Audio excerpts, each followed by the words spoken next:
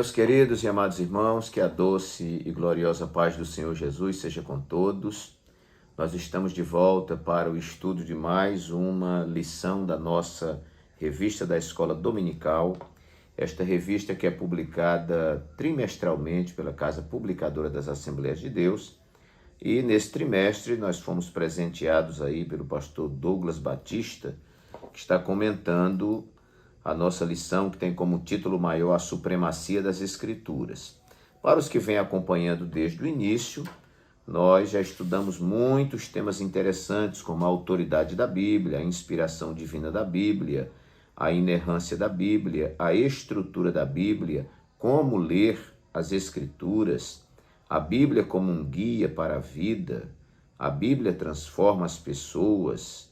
Nossa 8ª lição foi a lei e os evangelhos revelam Jesus.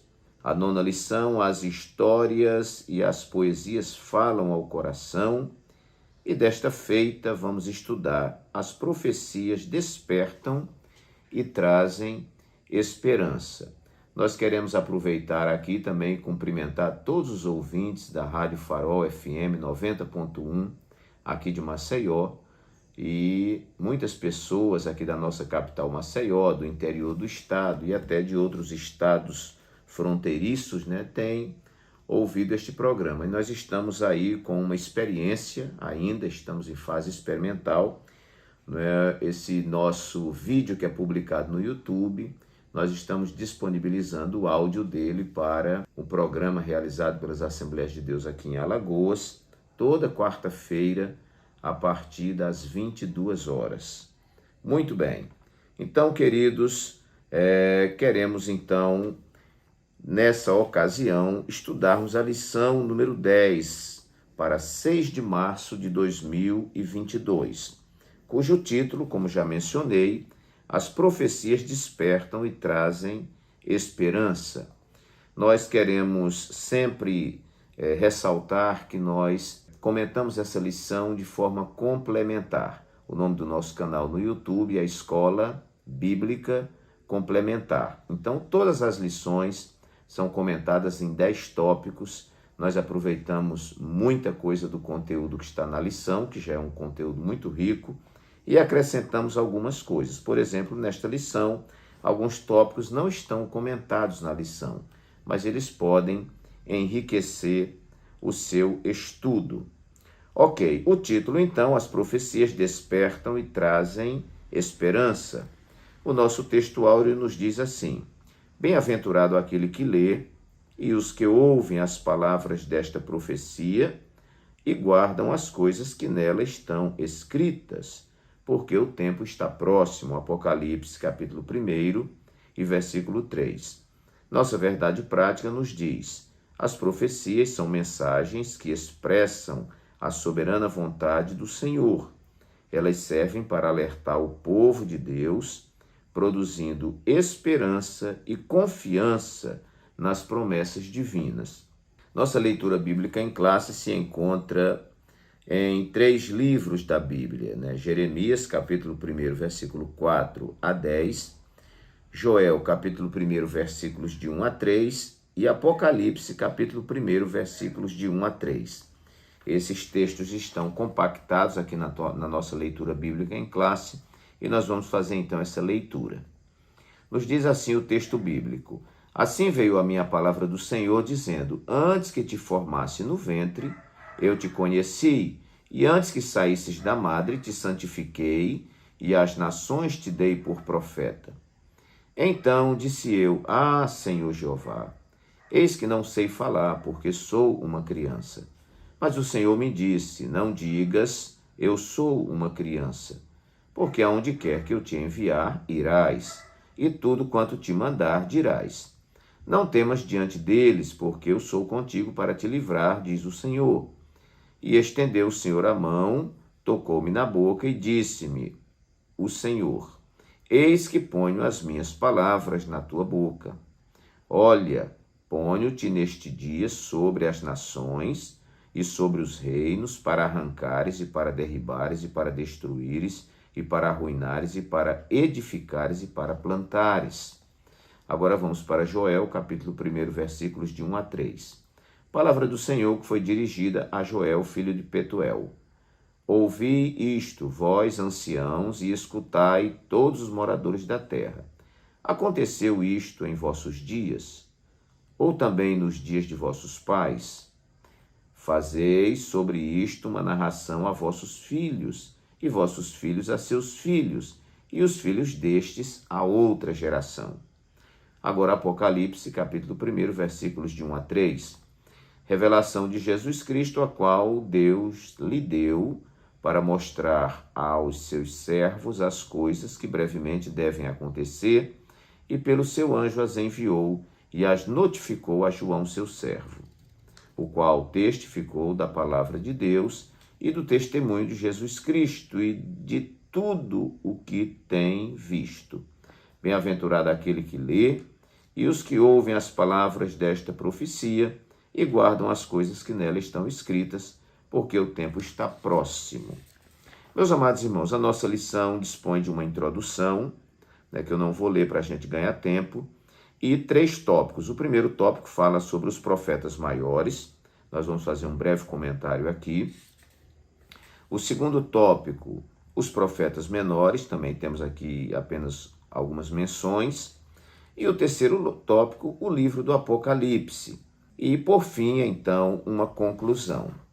Claro que nós vamos dirigir o nosso comentário baseado nos 10 tópicos que eu tenho anotado e que você pode aí anotar, você que está ouvindo pelo rádio, você que está assistindo aqui os nossos vídeos no YouTube, você pode anotar e, de repente, complementarizar o seu estudo ou a sua aula da EBD. Muito bem. Meus queridos, primeiro nós vamos ver algumas informações que a lição nos dá, e todas as lições que nós estudamos sobre os profetas, há estas menções. Então, a primeira menção que eu quero fazer é que os livros proféticos, nós sabemos que eles estão divididos em profetas maiores e profetas menores. Isto não diz respeito à relevância do profeta, à grandeza do profeta e de suas profecias, mas geralmente essa designação, ela fala do tamanho dos escritos que cada um fizeram. E há um comentarista que diz que também há uma pequena relação com o tempo de atuação profética do profeta. Então nós temos aqui profetas maiores, que são justamente o profeta Isaías, Jeremias, Lamentações é um livro de Jeremias, Ezequiel e Daniel. Então, esses são os profetas maiores. Os profetas menores, como a lição, faz aqui o seu julgamento e determina isso em função da quantidade de escritos dos profetas, nós temos 12, que são de Osés a Malaquias. Então, nós temos Oséias, Joel, Amós, Obadias, Jonas, Miqueias, Naum, Abacuque, Sofonias, Ageu, Zacarias e Malaquias. São os profetas menores. Então, essa informação é muito importante para nós. Quando a Bíblia trata de profeta, nós temos uma denominação grega, aqui profetes, que significa proclamador e intérprete da revelação divina. E no hebraico nós temos outra palavra que é muito usada na Bíblia, que é nabi, como sendo aquele que declara uma mensagem em nome de Deus. Ok. E temos também, no dicionário Vine, ele tem um termo grego para profecia, que é profeteia, que significa descrição antecipada da vontade de Deus, quer com referência ao passado, quer do presente ou futuro. Muito bem, são informações muito importantes para nós. Eu quero deixar aqui para os irmãos. Também nós temos na nossa lição um pequeno comentário sobre profetas do Reino do Norte, como Amós e Oséias, que profetizaram especificamente para o Reino do Norte. Nós temos profetas pré-exílicos ou profetas pré-exílio, que são aqueles que profetizaram antes do exílio. Então nós temos Joel, Miqueias, Abacuque, Sofonias. são os principais profetas que profetizaram antes de acontecer o exílio. Temos também, apesar de não estar mencionado aqui, o profeta Isaías, né? Profetizam antes. Temos os profetas que também não estão constando aqui, que são profetas ali do tempo em que Israel foi levado cativo, né? Principalmente ali o reino do sul para Babilônia. Nós temos ali 3 profetas principais, que são, né, o profeta Daniel, o profeta Ezequiel, né, que são profetas, e o profeta Jeremias. Profeta Jeremias fica entre os pobres da terra, né, que não foram deslocados para a Babilônia. O profeta Ezequiel fica entre os cativos e o profeta Daniel fica na corte do rei. Ou seja, uma tríade de profetas que revela o Deus que está no controle absoluto de todas as coisas. Está dizendo ao povo que ficou na terra: ainda há esperança, se o meu povo se arrepender, não é? Creiam que Deus é poderoso para fazer com que ossos secos se transformem ainda num grande exército. Nós temos o profeta Ezequiel, que está entre os cativos, para dizer aos escravos que Deus pode mudar aquele estado, Deus pode restaurar a sorte do seu povo. E temos o profeta Daniel, que está no palácio, para dizer a Nabucodonosor que ele reina, mas ele reina debaixo de uma mão soberana e que Deus está nos céus e está acima de todos os homens. Muito bem, e temos profetas que são do pós-exílio, que vão atuar naquele momento de restauração de Israel, né, quando Neemias, Esdras, Zorobabel, aquela turma, né, volta do cativeiro para a reconstrução da cidade e do templo. Então nós temos Ageu, temos Zacarias e temos Malaquias. Então, são as principais designações aqui na nossa lição. Agora vamos para os 10 tópicos que eu tenho prometido para os irmãos. Não vou demorar muito nos tópicos, porque o principal para mim é a produção da ideia. O desenvolvimento dessa ideia, você tem Bíblia, tem concordância, né, tem ilustração, tem muita coisa que você pode colocar aí. Então, em primeiro lugar, meus queridos, as profecias devem ser lidas, ouvidas e guardadas. Isso é uma informação interessante. Você vai ver aqui no texto áureo que diz: bem-aventurado, feliz, aquele que lê e os que ouvem as palavras desta profecia e guardam as coisas que nela estão escritas, porque o tempo está próximo. Então, nós não podemos olhar para a profecia apenas como uma previsão. Nós hoje vemos pessoas que estão correndo de rancho em rancho, buscando ouvir profecias. Estão mais interessados em adivinhação do que na genuína profecia que trata das questões essenciais da nossa vida. Então, não olhar para as profecias apenas como previsões, como respostas compradas ou buscadas, ou respostas negociadas, interesseiras, né? E nem banalizarmos as profecias. Elas devem ser lidas, a Bíblia é a maior de todas as profecias, né? E devem ser ouvidas. Hoje nós temos, Deus usa pessoas no dom de profecia, usa para tratar muitas vezes de assuntos particulares. Não que essas profecias sejam uma complementação à Bíblia Sagrada. A Bíblia é a profecia por excelência, mas Deus quer falar comigo e com você de assuntos particulares, a gente vai ter que ouvir. E só tem 2 caminhos para julgarmos, né? A profecia que trata de questões teológicas, nós temos que ver se ela está em consonância com as Escrituras, se ela está alinhada às Escrituras. Se não estiver, pode jogar fora. E quando a profecia é de caráter pessoal, é uma profecia que Deus diz em relação à sua vida e tudo mais, só há um jeito, é aguardar o cumprimento. Se cumprir, foi de Deus, se não se cumprir, não foi de Deus. Então, nós temos que ter esse olhar respeitoso para com as profecias. Elas devem ser lidas, no caso as Escrituras, ouvidas e também guardadas, porque as manifestações de Deus, elas não são manifestações banais. A gente tem que ter muito cuidado. Há muita gente por aí dizendo, eu estou sentindo de Deus, e Deus está me dizendo isso para dizer para você. Nós temos que ter muito cuidado. Isso acontece? Acontece. Mas precisamos administrar isso com muita responsabilidade, porque existem profecias de Deus e existem profecias produzidas pela mente humana, pela vontade humana, pelos interesses e até pela nossa vaidade. E por que não dizer profecias que são frutos de delírios, né? Então aí não vale. Segundo lugar, as profecias são alertas de Deus. As profecias são como trombetas.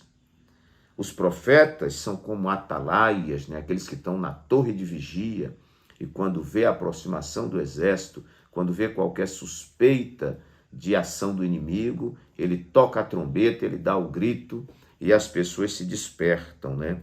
As profecias são como sonidos inteligíveis, né? São despertamento, são buzinas de Deus. Eu já disse em outras gravações que Deus sussurra aos nossos ouvidos. Quando nós não ouvimos, ele pega o microfone. Quando ele pega o microfone, aí muitas vezes a gente passa por situações muito difíceis para acordarmos e ouvirmos a poderosa e santa palavra de Deus. Na nossa introdução, tem aqui um pequeno respaldo que diz assim: nesta lição, estudaremos a profecia bíblica no Antigo e no Novo Testamentos.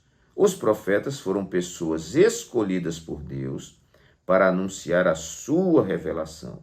A mensagem profética tinha o propósito de gerar despertamento, arrependimento e ou fortalecimento da fé e da esperança. Vamos então ao nosso terceiro tópico. As profecias revelam juízo, mas geram esperança. Ora, nós vamos ver em um tópico mais na frente que essas profecias, elas têm sua maior atuação nos tempos de crise. E Deus sempre fala ao seu povo, mostrando uma porta de escape. Alguém disse algo muito interessante, eu guardei. Ele disse, quando você se sente acusado e sem nenhuma saída, isso é o diabo. O Espírito Santo, quando ele nos desperta em relação ao pecado, quando ele toca o nosso coração e até nos acusa, né, ali do nosso pecado, ele mostra uma porta de escape, ele mostra uma saída. Então, Deus, quando levantava os seus profetas nos tempos de crise, como eu já falei, ele anunciava o juízo. Se vocês continuarem assim, vocês passarão por esse juízo. Muitas vezes o juízo era uma doença, muitas vezes o juízo era uma praga na lavoura, muitas vezes o juízo era o ataque de inimigos, muitas vezes o juízo era a sujeição do povo de Deus aos inimigos. Nós vamos ver isso no livro de Juízes, né? Muitas vezes o povo de Deus sendo escravizado, era Deus usando aquelas nações para disciplinar o seu povo. Então as profecias revelam juízo, mas geram esperança, porque o Senhor sempre falava, mas se o meu povo, né, que se chama pelo meu nome, se humilhar e orar e buscar a minha face e se converter dos seus maus caminhos, então eu ouvirei dos céus, perdoarei os seus pecados e sararei a sua terra. Então Deus está mostrando uma porta de escape. Ele estava falando lá para Salomão que se viessem, vamos dizer, castigos sobre o povo e o povo tomasse essa postura, o juízo cessaria. Nós vimos isso quando o povo de Deus atravessou o deserto vindo do Egito para Canaã. Quantas vezes eles pecaram, Deus exercia o seu juízo, né? Sacrifícios eram oferecidos, Moisés intercedia, sacerdote intercedia e Deus mudava aquele castigo, né, em bênção para o seu povo. Então, meus queridos, as profecias revelam juízo, mas geram esperança. Há um apontamento do pecado, né, mas há a mostra de Deus para uma atitude e há o remédio para curar esta ferida, para curar esta enfermidade, este pecado. Quarto lugar, Pelas profecias, Deus falou muitas vezes e de muitas maneiras. Essa palavra é muito profunda, está em Hebreus, capítulo 1 e versículo 1, onde o escritor da carta diz: havendo Deus no passado falado muitas vezes e de muitas maneiras, a nós falou-nos nesses últimos dias pelo Filho, a quem constituiu herdeiro de tudo e por quem fez também o mundo. Bom, diz aqui que pelas profecias Deus falou muitas vezes e de muitas maneiras. Por que Deus falou muitas vezes? Porque Deus não desiste do homem. Porque o homem sempre está pecando contra Deus. A natureza do homem é inclinada para o pecado, né? Alguém perguntou se nós pecamos porque somos pecadores ou somos pecadores porque pecamos. E a resposta correta é que nós pecamos porque somos pecadores. Essa é a nossa inclinação, não é?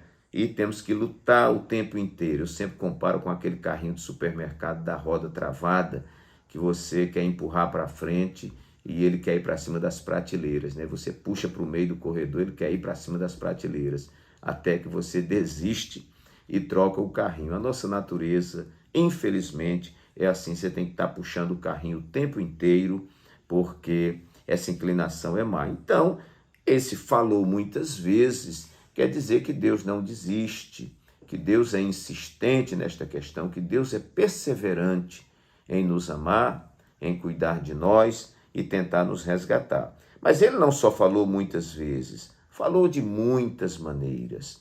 Então, o que é isso? Deus falar de muitas maneiras fala da busca de Deus ao entendimento da sua mensagem. Muitas vezes, o homem está em um determinado contexto que Deus tem que falar de uma forma. Nos dias de Jesus, nós vamos ver muito isso. Jesus, ele lidou com pescadores, ele lidou com agricultores, ele lidou com soldados, ele lidou com pessoas da administração pública, ele lidou com mulheres, lidou com crianças, lidou com jovens, lidou com senhores, com senhoras. Então, isso nós chamamos de contexto. E para cada contexto, o Senhor Jesus tinha uma forma de falar. Nós vemos que ele conta parábolas, histórias, né, da rede que é lançada ao mar. O reino de Deus é como uma rede lançada ao mar que traz toda espécie de peixes, né? Eu creio que muitos pescadores estavam ali ouvindo e entenderam.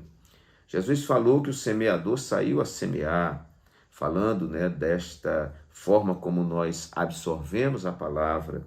E, meus queridos, agricultores que estavam ali entendiam.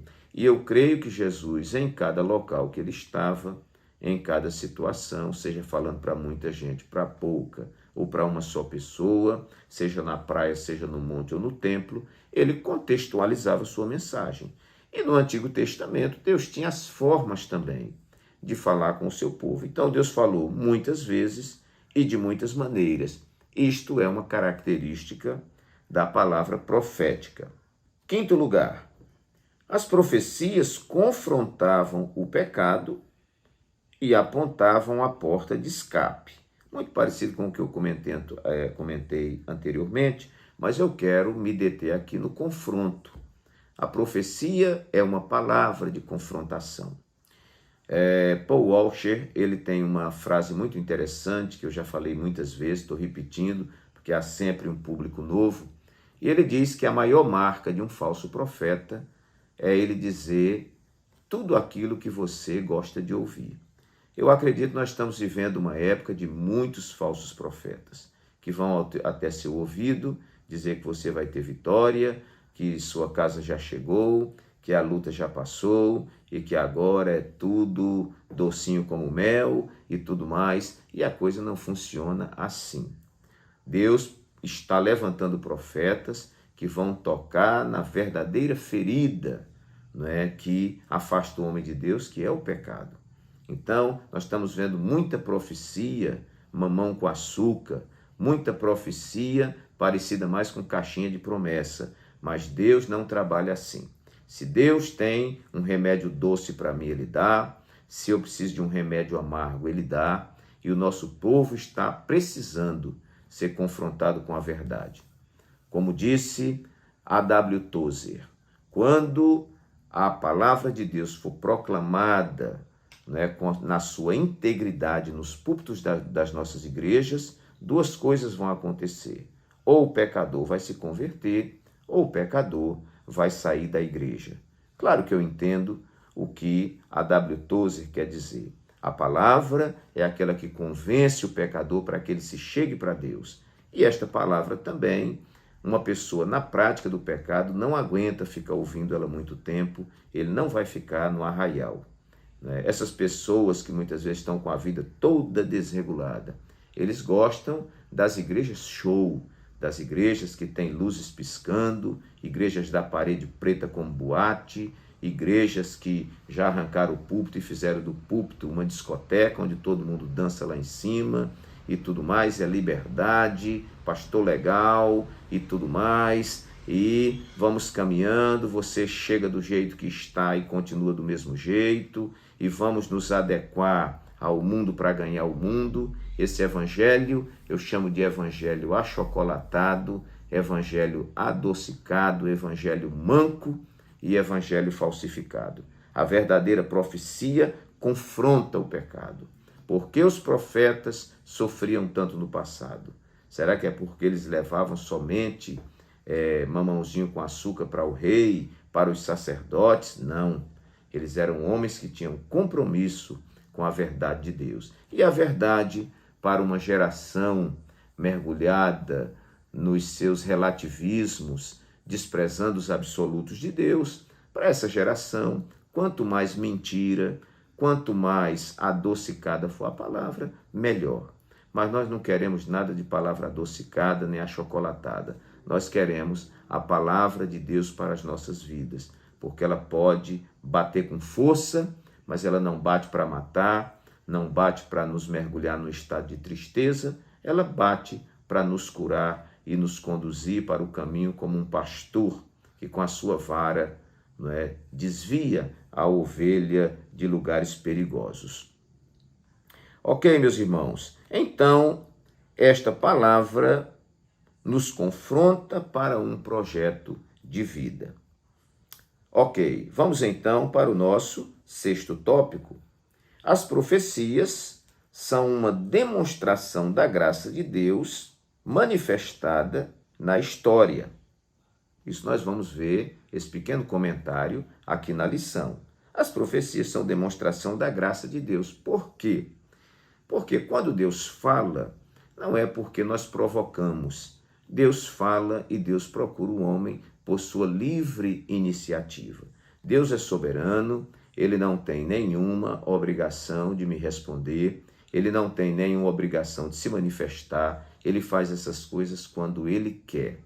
Eu posso até orar, posso jejuar e devo fazê-lo, mas Deus se manifesta baseado na sua sabedoria. Ninguém pode ir lá pegar o braço de Deus para mover o braço de Deus. Ninguém pode ir lá para poder virar o ouvido de Deus para que ele me ouça o meu clamor e tudo mais. Ele ouve quando ele quer, ele se manifesta quando ele quer. As profecias, elas são uma demonstração da graça de Deus, é um favor imerecido de Deus. Até porque, irmãos, a lógica aqui nos mostra, se a profecia vem num tempo de crise, é porque as pessoas não estão buscando a Deus, elas estão mergulhadas nos seus pecados, mortas em seus delitos e pecados, e Deus graciosamente, porque não quer que você se perca, não quer que eu me perca, Deus não tem prazer na morte do ímpio, então ele manifesta, e essa manifestação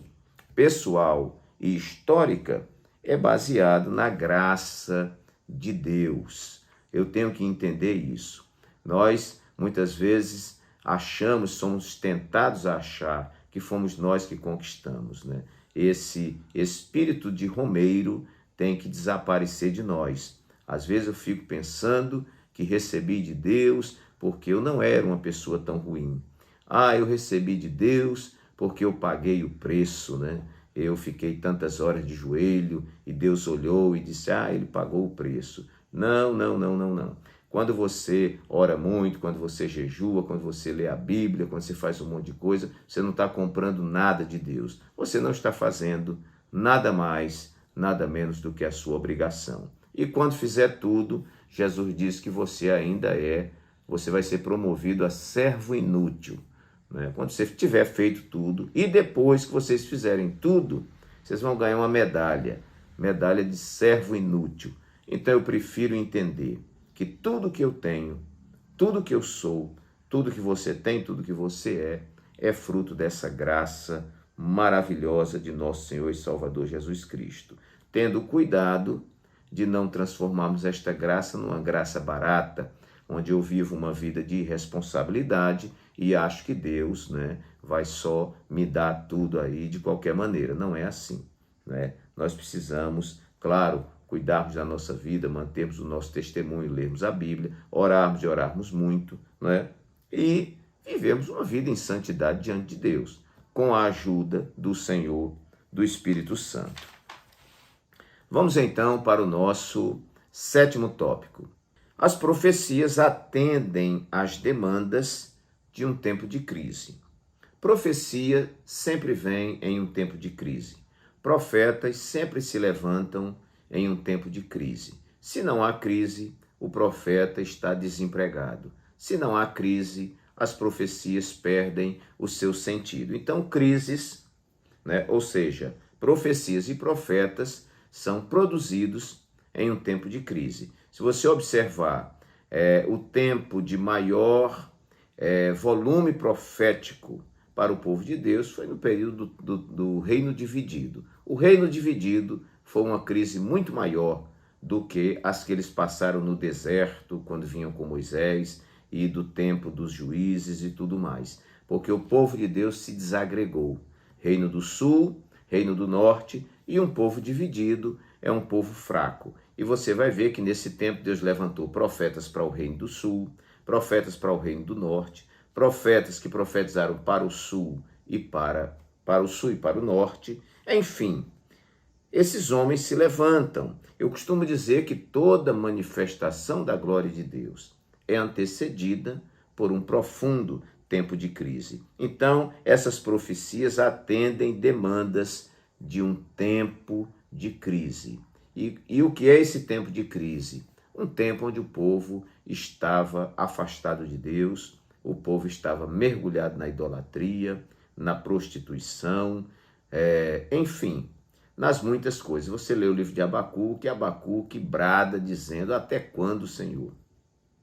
Eu vou ver a vexação, a lei se afrouxa, a sentença nunca sai, sacerdotes corrompidos, o rico oprimindo o pobre, enfim, uma miséria. E ele pergunta até quando Deus vai tolerar aquilo ali. Então, você vê que Abacuque está vivendo em um tempo de crise, como os outros profetas também viveram. Um tempo de muita dificuldade, mas esses homens são instrumentos para isso. Eu quero aqui abrir um pequeno parêntese, essa palavra de Deus é para você. Às vezes nós perguntamos por que Deus permite que nós estejamos em determinados lugares. Por que eu estou nesta igreja? Por que eu moro nessa rua? Por que eu estou inserido dentro dessa família tão problemática? E muitas vezes você não entende, mas pode ser, meu irmão, minha irmã, que Deus esteja lhe colocando como um profeta. Você não é mais aquele profeta do Antigo Testamento, mas em todo lugar onde há problemas, há crises, Deus tem os seus profetas, que se levantam nesse tempo de dificuldade e a sua palavra, não é, dada por Deus, com a sabedoria de Deus, muitas vezes é a palavra que faltava para atender a demanda. Fique aí, continue fazendo a obra de Deus, como Deus designou que você fizesse, porque se está ruim com você, quando você sair, a cumieira vai desabar.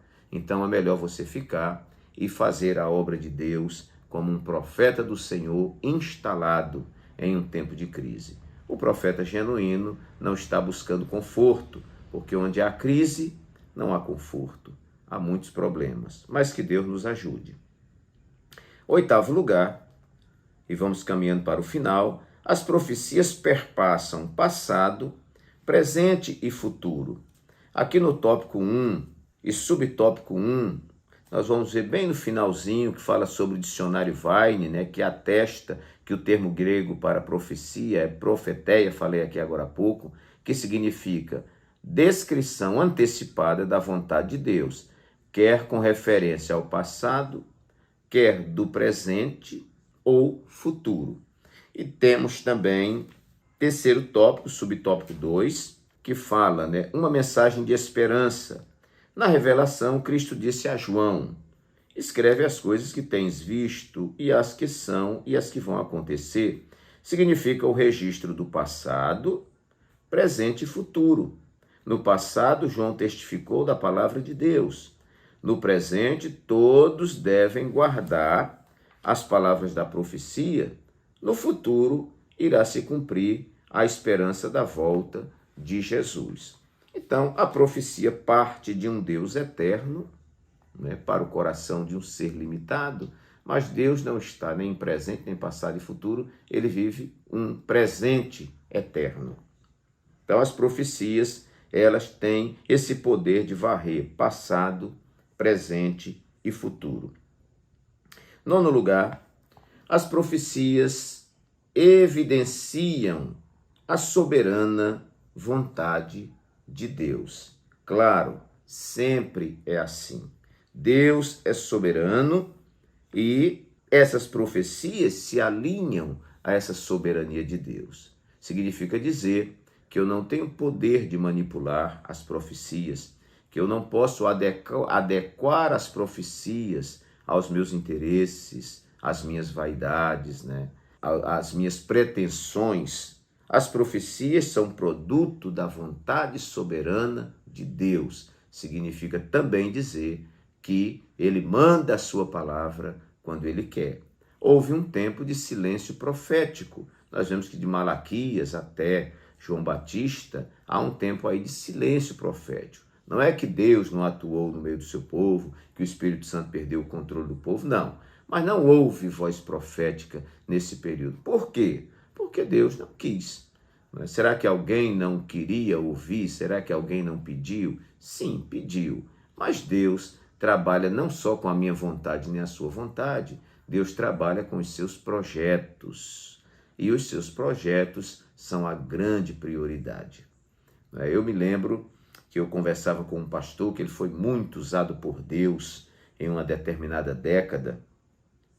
E eu dirigi essa pergunta àquele homem de Deus. Falei, é possível, pastor, Deus usar uma pessoa poderosamente assim na época e depois parar isto tudo? Ele disse, pastor Walter, sua pergunta foi muito pertinente porque aconteceu comigo. Ele disse, olha, eu sou o mesmo homem, tenho a mesma fé, continuo obedecendo ao Senhor, tudo, não caí da graça, não entrei no pecado, nessas coisas. Eu sou o mesmo homem de Deus, mas aquele volume de milagres que aconteciam, de profecia, de coisa, diminuiu. Aí ele explicou e foi uma palavra reveladora para mim.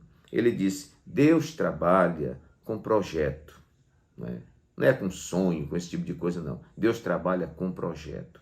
Há épocas que quem limita essas operações é o próprio Deus, porque muitas vezes são operações que serão desperdiçadas, vamos colocar isso entre aspas, que não atendem a um determinado propósito de Deus. Há tempos em que essas manifestações têm que acontecer em maior volume, porque a época exige, que seja assim. Então, muitas vezes a gente fica até com o coração agoniado, meu Deus, porque Deus não está fazendo como fez no passado, e a gente pensa que a geração passada era melhor do que a nossa. Não, eles não prestavam como nós não prestamos também. Nós sempre fomos a mesma coisa, nós somos o mesmo povo que saiu do Egito, que murmura, que peca, que é instável e tudo mais. Nós só trocamos de roupa, mas somos as mesmas pessoas. No fim, tudo que acontece é fruto desta graça maravilhosa do Senhor sobre nós. 10º e último lugar, as profecias como salvaguarda dos pactos ou das alianças divinos. Pactos, alianças divinos. Deus faz o pacto e vela por ele. Ora, nós sabemos que Deus fez promessas a Abraão, a Isaac. Em Isaac, Deus confirma as promessas feitas a Abraão, em Jacó também. E essas profecias vão caminhando junto com o povo o povo esperando o cumprimento dessas profecias. E, meus queridos, essas profecias que vão acontecendo, porque o povo vai começando a se desviar, e eles se desviando não vão chegar no objetivo que Deus planejou para eles, então Deus usa os profetas. Na realidade, os pactos de Deus não estão de pé porque nós cumprimos a nossa parte. Eles estão de pé porque Deus é fiel e Deus vela pela sua palavra e pelo seu nome. Então, Deus faz o pacto e vela por ele. Se os pactos de Deus dependessem da nossa salvaguarda, da nossa proteção, da nossa fidelidade, do nosso cumprimento do acordo, meus irmãos, nós já teríamos perdido tudo. Mas graças a Deus, ainda que seja de forma unilateral, Deus tem feito os seus pactos com a igreja, tem feito os seus pactos com o povo de Israel, tem feito os seus pactos com os seus servos e tem cumprido porque ele é fiel. Seca-se a erva, caem as flores, mas a palavra do Senhor subsiste eternamente. Jesus disse, passarão os céus e a terra, mas as minhas palavras não hão de passar. Que Deus abençoe a todos, até a nossa próxima aula, se Deus assim o permitir, e um abraço carinhoso a todos, do pastor Walter Pereira, em nome de Jesus.